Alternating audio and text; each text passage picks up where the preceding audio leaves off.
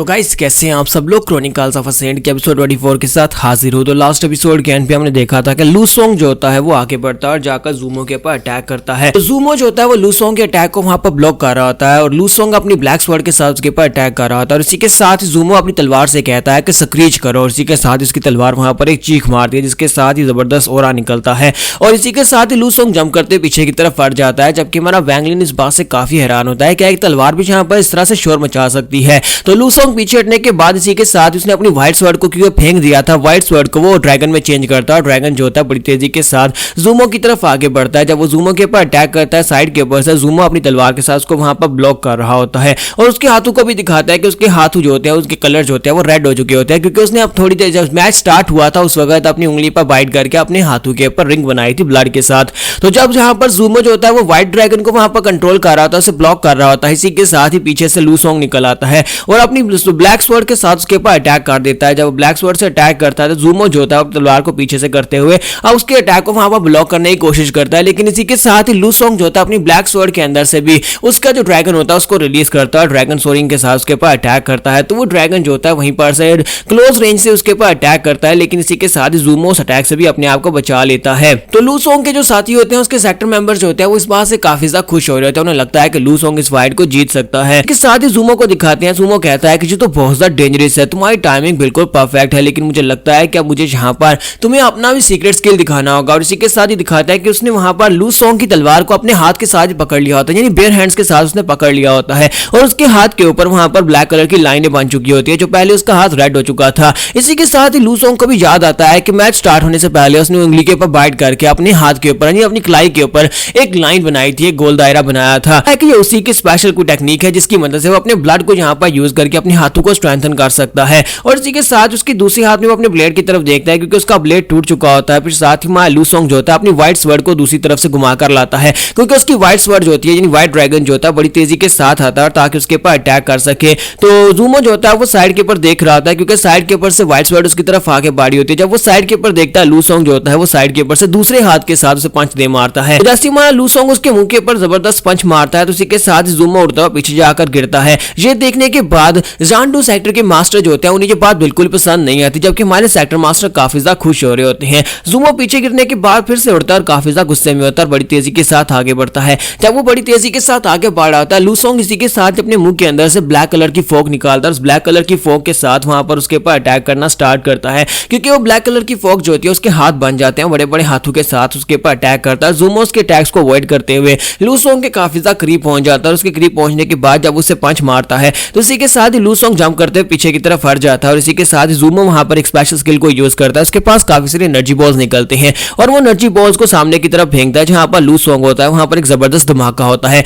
लूसोंग की जगह के ऊपर। लेकिन इसी के साथ ही दिखाता है कि लूसोंग जो होता है इस धमाके के अंदर से अनस्कैटर्ड बाहर निकल आता है और उसने अपने हाथ को ऊपर की तरफ उठा रखा होता है। तो ज़ूमो जैसे वहां पर उसके हाथ की तरफ देखता है और ऊपर की तरफ देखता है तो उसने अपने हाथ की मदद से वहां पर ऊपर एक बहुत ही बड़ा ब्लैक एनर्जी के साथ पंच बना दिया होता है और वो बड़ा पंच जो होता है वहां पर ज़ूमो के ऊपर गिरने के लिए बिल्कुल तैयार होता है। तो अब इस बात से ज़ूमो भी काफी ज्यादा घबरा जाता है क्योंकि वो पंच उसके ऊपर गिरने वाला ही होता है। इसी के साथ ही ज़ूमो अपने पास एक तलिस्मन निकालता है और तलिस्मन निकालकर उस तलिस्मन के ऊपर अपना ब्लड डालता है। जब उसके ऊपर अपना ब्लड डालता है तो तलिस्मन जो होता है उसके लिए एक शील्ड का काम करता है। तो ये देखकर वैंगलिन भी काफी हैरान होता है क्योंकि वैंगलिन को याद आता है कि उसके पास भी इस तरह का एक तलिस्मन है क्योंकि जब वहां पर ज़ैंगो ने कुल्हाड़े के साथ येलो कलर वाली स्क्वायरल को मारा था उसके बाद उसके पास जो नोट निकले थे यानी जितने भी तलिस्मन निकले थे वो सारे के सारे वो वैंगलिन को देकर भाग गया था। तो वैंगलिन के पास भी इस तरह के तलिस्मन मौजूद है। तलिस्मन जो होता है बड़ी आसानी के साथ उसकी सारी की सारी फोक जो होती है जिसके साथ उसने पंच बनाया था उसको अपने अंदर एब्जॉर्ब कर लेता है और इसी के साथ ही हमारा लूसोंग जो होता है अपनी जो अगली चाल चलता है वो अपनी ब्लैक एनर्जी के साथ दो हाथ बनाता है और उसे दोनों साइडों से पकड़ लेता है।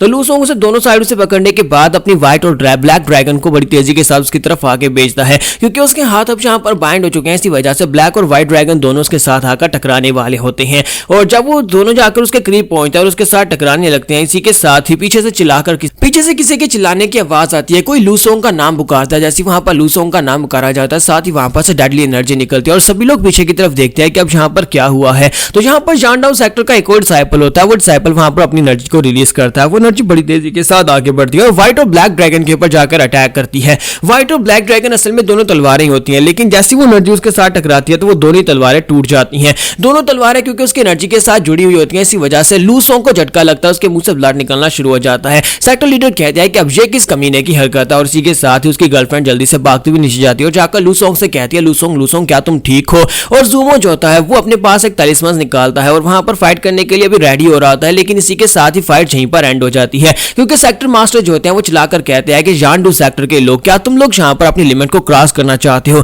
लगता है कि तुम लोग यहाँ पर हमें पुश करने की कोशिश कर रहे हो ताकि हम लोग अपने फुल कार्ड्स दिखाएं। और इसी के साथ ही ऊपर का सीन दिखाते हैं जहां पर जानडू सेक्टर के बाकी के डिसाइपल्स खड़े होते हैं। इसी के साथ ही एक लड़का आगे बढ़ता है, तो ये उसी लड़के का काम होता है। तो इसी के साथ उनके जो सेक्टर के साथ मास्टर आए होते हैं वो कहते हैं कि मुझे नहीं लगता कि अब मैं इसको कंट्रोल कर सकता हूं। फिर साथ ही उसे कहते हैं कि मैं यहाँ पर सेकंड मैच के लिए हैंगजुई सेक्टर को जिताता हूं, क्योंकि हैंगजुई सेक्टर वालों की फाइट को हमने यहाँ पर बीच में रोक दिया, इसी वजह से हैंगजुई सेक्टर इस फाइट को जीत चुका है। जबकि इसी के साथ ही वो लड़का जो होता है उनके बीच से आके निकलता है और कहता है कि मुझे नहीं लगता कि हमें यहाँ पर और ज्यादा इन बेकार मैचेस को देखने की जरूरत है। इसी के साथ ही वो लड़का जो होता है वो काफी ज्यादा एटीट्यूड वाला होता है और वो एल्डर से भी काफी बदतमीजी से बात कर रहा था और कहता है कि मुझे नहीं लगता कि हैंगजुई सेक्टर के लोग इससे ज्यादा कुछ कर सकते हैं। फिर साथ ही वो कहता है अगर ये लोग यहाँ पर इस लायक है तो फिर ठीक है, इन्हें एक और मौका देकर देखते हैं। और वो खुद वहां पर रीना में उतर आता है और कहता है कि तुम्हारे पास जितने भी नेट डिसाइपल्स हैं सभी को एक साथ मेरे ऊपर अटैक करने के लिए भेजो। अगर इनमें से कोई भी यहाँ पर मेरे सामने टिक पाया तो फिर हम लोग अपनी हार मान लेंगे और चुपचाप यहाँ से वापस चले जाएंगे। इस लड़के का नाम जू पैंग होता है, तो उनसे कहता है कि मेरा नाम जू पैंग है, मैं यहाँ पर पर्सनली तुम सभी से फाइट करूंगा।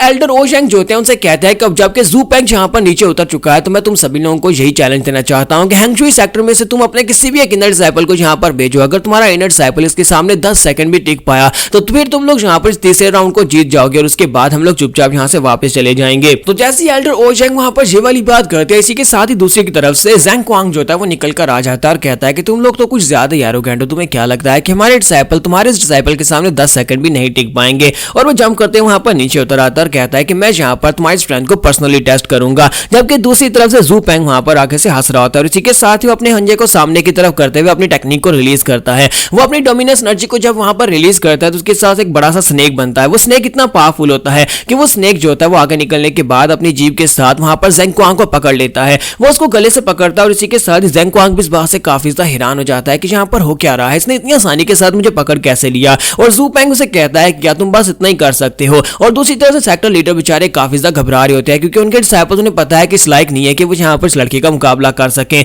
और मास्टर ओयांग बहुत ज्यादा खुश हो रहे होते हैं, जबकि हमारा वैंग लिन जो होता है ऊपर से खड़ा ये सब कुछ देख रहा होता है और कहता है कि मुझे लगता है कि इस लड़के जू पैंग ने अपनी उसकी जो एनर्जी है, इसकी जो क्या इसे कहते हैं, इसकी अट्रैक्शन आर्ट है, उसी को यहाँ पर स्नेक में चेंज किया है। और इसी के साथ ही जू पैंग जो होता है वहां पर ज़ेंग क्वांग को उठाकर पीछे की तरफ पटक देता है, वो पीछे जाकर दीवार के साथ पटकता है। तो सेक्टर मास्टर जो होते हैं वहीं पर खामोश हो जाते हैं, जबकि जू पैंग वहां पर जोर जोर से हंस रहा होता है और कहता है मुझे लगता है कि तुम्हारा ग्रेट मार्शल सेक्टर इससे ज्यादा कुछ भी नहीं कर सकता। तुम लोग तो यहाँ पर एक ऐसा डिसाइपल प्रोड्यूस नहीं कर सकते जो कि यहाँ पर मेरे सामने 10 सेकंड के लिए भी टिक सके। और वो बाकी सभी से कहता है कि मैंने पहले भी कहा था कि सभी लोग एक साथ मेरे पर अटैक करने के लिए आगे बढ़ो। जबकि ज़ेंग क्वांग वहां पर सोच रहा होता है कि मुझे लगता है कि इस तरह से थोड़ी देर और पड़े रहना इसमें ज्यादा बेहतरी है, अगर मैं यहाँ पर से अभी उठकर जाऊंगा तो वो मेरे पर और ज्यादा अटैक करेगा। और बाकी के सभी डिसाइपल्स बिल्कुल खामोश खड़े होते हैं, कोई भी वहां पर उससे फाइट करने के लिए तैयार नहीं होता। तो जू पैंग उन लोगों से कहता है कि मुझे लगा ही था कि तुम सभी लोग सिर्फ और सिर्फ कचरा और किसमें इतनी हिम्मत भी नहीं है कि वो लोग यहाँ पर आकर मुझसे फाइट कर सके। लेकिन जैसे वो ये वाली बात करता है इसी के साथ उसे वहां पर किलिंग इंटेंट महसूस होता है। वो साइड के ऊपर देखता है जहां माउंटेन के ऊपर हमारा वैंग लिन बैठा होता है। वैंग लिन गुस्से के साथ से घूर घूर कर देख रहा होता है, तो वो उसकी तरफ देखता है और कहता है कि ये वाला लड़का काफी कमाल का लगता है। तो वो उसे कहता है क्या तुम यहाँ पर आकर मुझसे फाइट करना चाहोगे। तो सभी लोग ऊपर की तरफ देखते हैं क्या वहां पर कौन है। तो यहाँ पर हम लोग अपने एपिसोड 24 का एंड करेंगे और नेक्स्ट एपिसोड में देखेंगे, क्योंकि यहाँ पर वैंग लिन की फाइट ना हो ये तो हो नहीं सकता था। तो नेक्स्ट एपिसोड में हम लोग वैंग लिन की फाइट देखेंगे। एपिसोड की एक्सप्लेनेशन अच्छी लगी हो तो कमेंट करके जरूर बताइएगा, वीडियो को लाइक करना मत भूलिएगा। Thank you.